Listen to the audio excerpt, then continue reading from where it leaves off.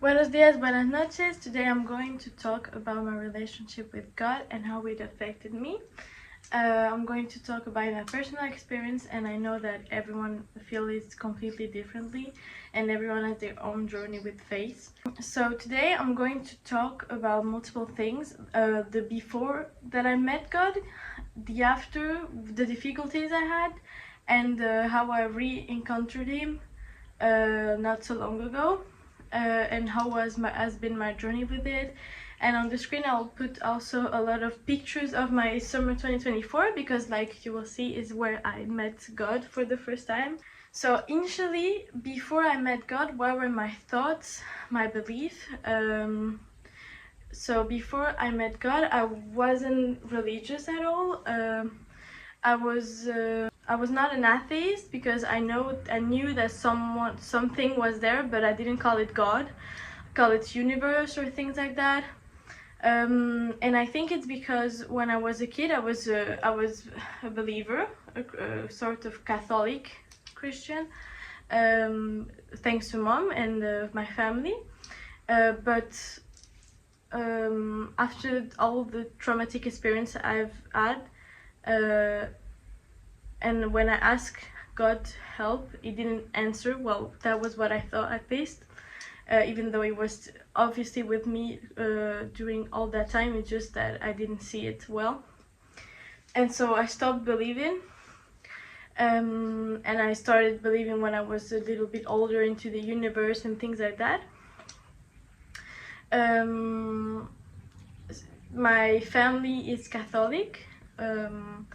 So like most of South America, there's a lot of strong belief, and compared to Europe it's not the same. Same, if I look there, is because I ask myself some questions, so I know where I have to go during the video. So when did I met God? How did it go? Where? How did it make me feel? So I met God in America, in Miami, in the summer 2024, so last year, because of my auntie. I put some pictures of her and I. When I came to Miami at first, and I was really skeptical about all the things that she said. She wasn't like forcing her religion onto me, not at all. She was just sharing her own experience with me, like in a normal discussion. And it's the first time in my life that it kind of rang a bell. It was a new interest in me. Like, I didn't tell her, I didn't tell anyone, but I started reading some parts of the Bible just by pure interest, not by anything else, just by pure interest. I was curious to see what she told me, like all of her experience, all of her testimony was really important to me. And so I started looking for answers, because I told myself, what if I give God a second chance, kind of? What if I open my heart to Him again and see what happens? So I started my journey with God and religion at that point. And I first went to how can I say it? It's like a group of young people that goes to church, and they do like events, like they watch movies, they do activities. I'll put some pictures of activities we did in that group, especially like I remember there was a show night where everyone showed their talent or things like that. That was really cool. So I'll show some videos I took from there. So first I went there. I met friends that are not friends, but at that point it was just strangers. I met people, and we talked about God, and I was more and more interested, and I decided to go to church one day with my aunt, and that's how everything started. I went to church the first time and I cried a lot. It was really like emotional for me, kind of. I could really feel his presence. It may sound crazy for atheists, but when you start your journey with God, you really feel him. You really feel his presence, and especially in places like churches, because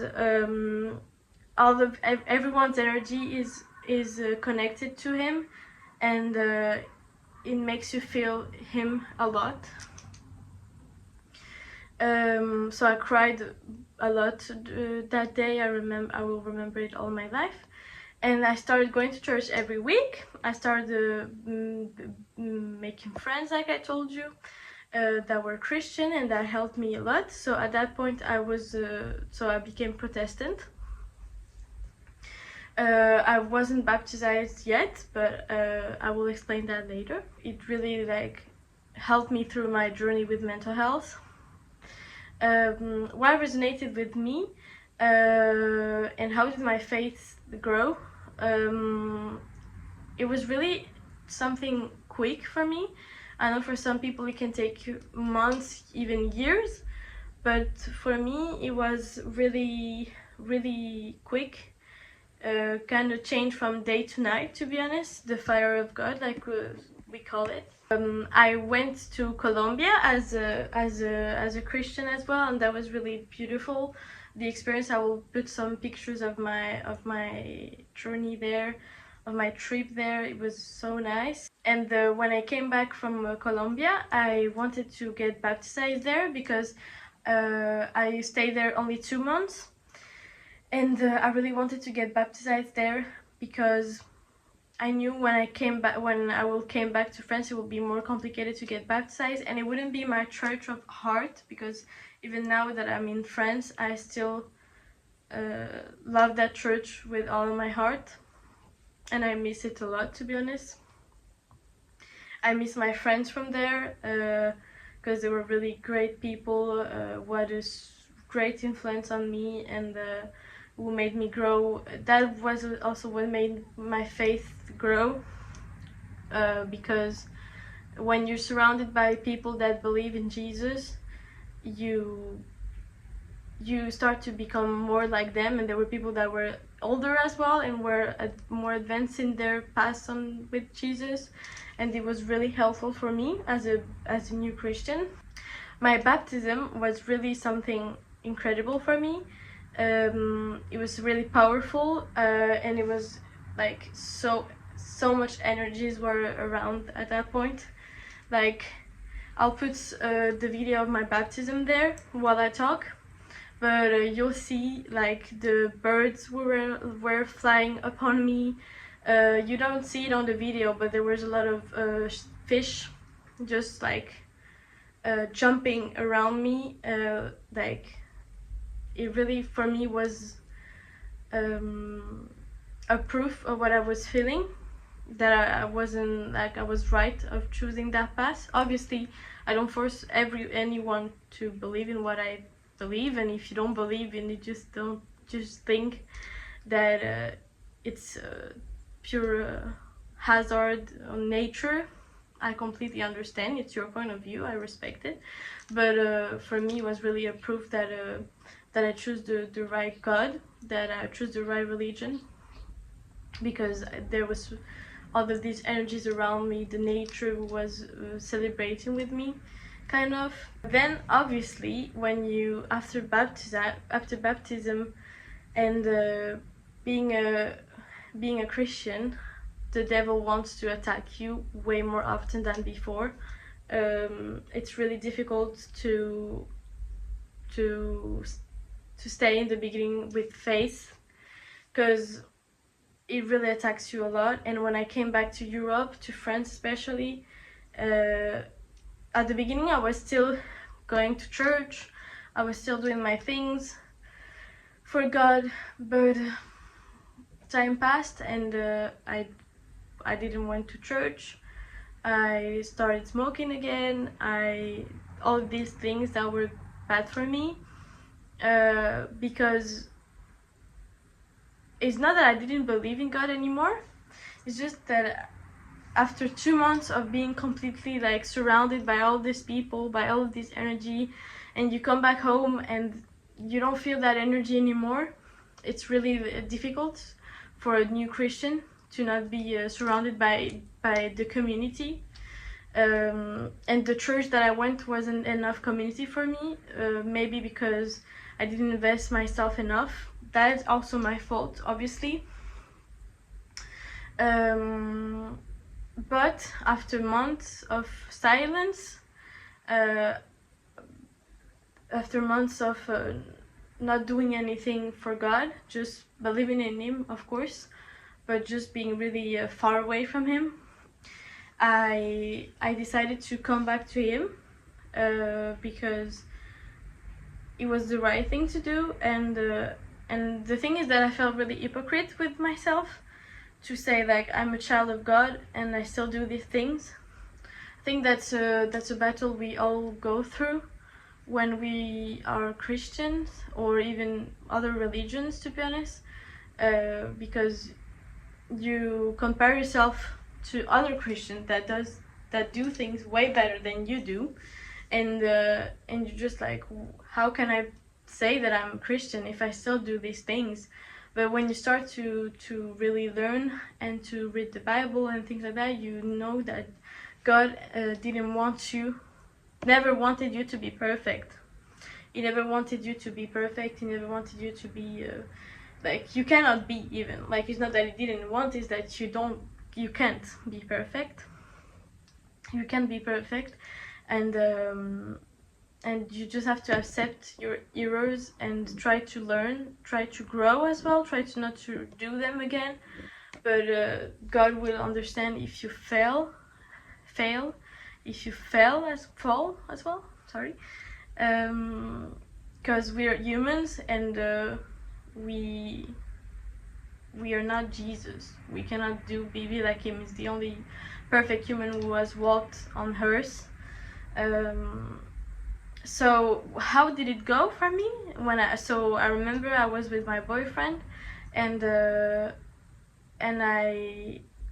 prayed with music that was celebrating Jesus and God. I was light a candle, and I was really just in my own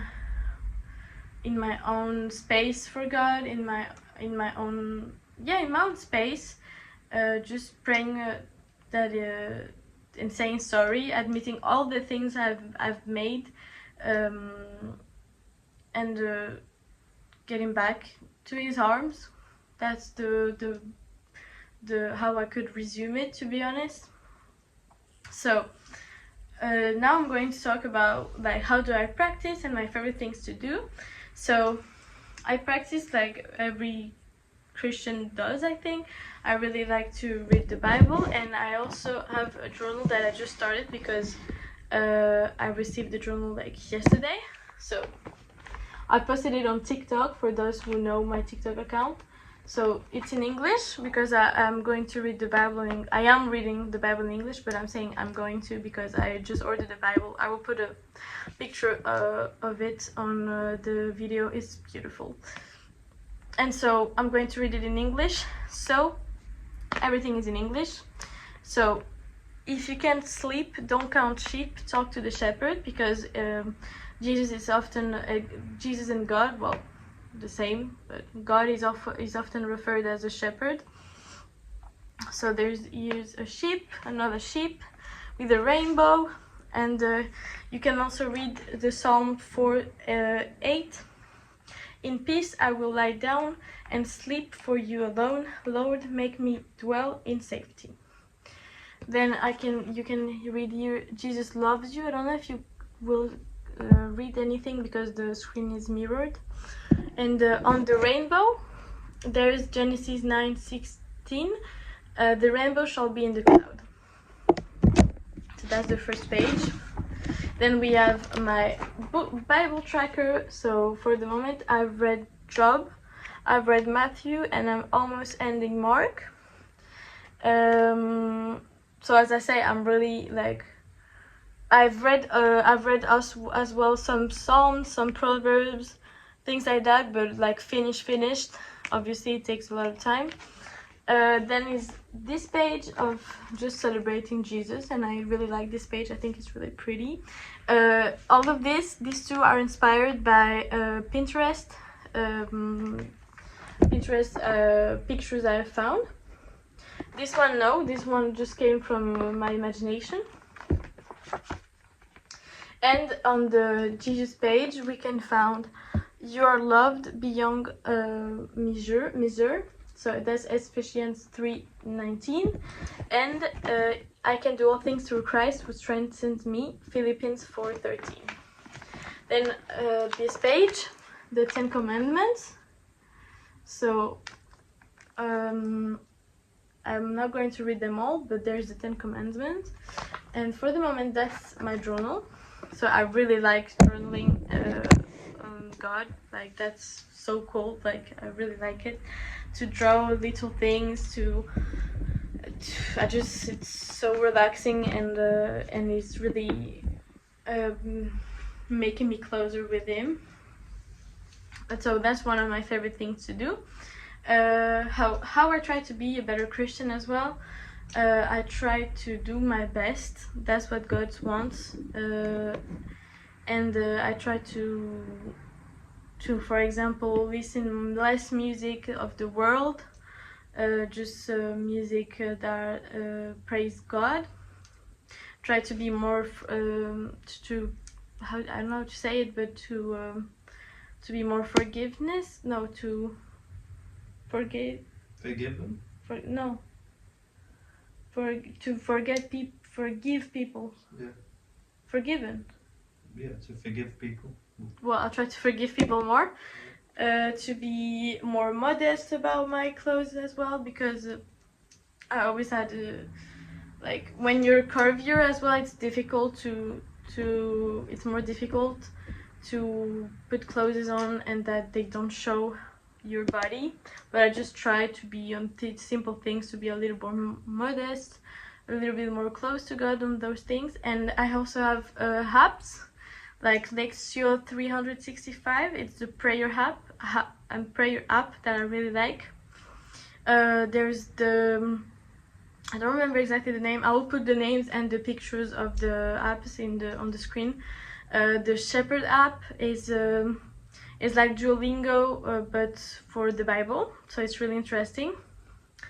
I also use the Bible Mode, which is an app who allows you to not go on other apps before you read the Bible, or you read some verses on the app itself.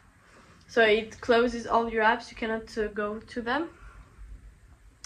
And I'll also use the Bible tracker to see where am I still in the Bible and how many I've read. It keeps me motivated. And how it motivates me every day. So to finish this video, I just wanted to close it on how God helped me and how it motivates me. And why I choose to serve God. So I think that I choose to serve God because I really love Him. It's not a fear of, for example, hell, like many people, unfortunately. I really just feel a lot of love, infinity love for Him. It's not really English, but you understand what I mean. And how it motivates me every day. It keeps me happy, it keeps me energized, it gives me plenty of things. Like, I go more in the nature to just walk and sit somewhere and read the Bible. I draw things about God. It really motivates me every day. And I think that's all. I think I said everything that I wanted to say. I hope you enjoyed the video. So I hope you enjoyed that. If you have any questions, if you have any recommendation as well, any advice on how I can grow my faith and how I can become a better Christian, obviously you can comment down below. If you feel a bit lost on your journey with God, you can comment down below and we can all support ourselves. It's really important for me. that this becomes a safe place for everyone. Even if you're not Christian, there's no problem. You can comment what you think, just be respectful, obviously. And that's it for me. So see you soon, I guess.